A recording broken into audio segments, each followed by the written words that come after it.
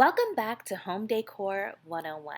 Now, as you know, every month we do a video just kind of welcoming the month in with some home decor styles that just coincide with it. So July is here and we are a little late, but we're going to go ahead and get the video done. So like I said, July is here, bringing with it the full spirit of summer.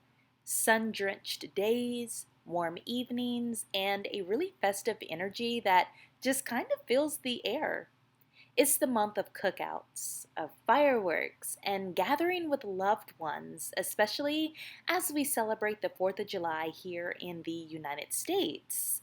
It's also a time when many people refresh their spaces to match the easy, breezy feel of the season. From airy fabrics to coastal accents and bold pops of color, July is all about embracing light and joy in your home. So whether you're prepping for summer guests since all the kids are out of school right now, or if you just want to enjoy your home more, this is the perfect time to create rooms that feel relaxed, refreshed, and full of summer charm.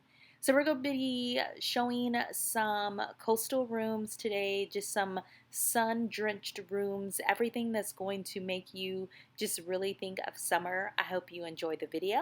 Let's get started.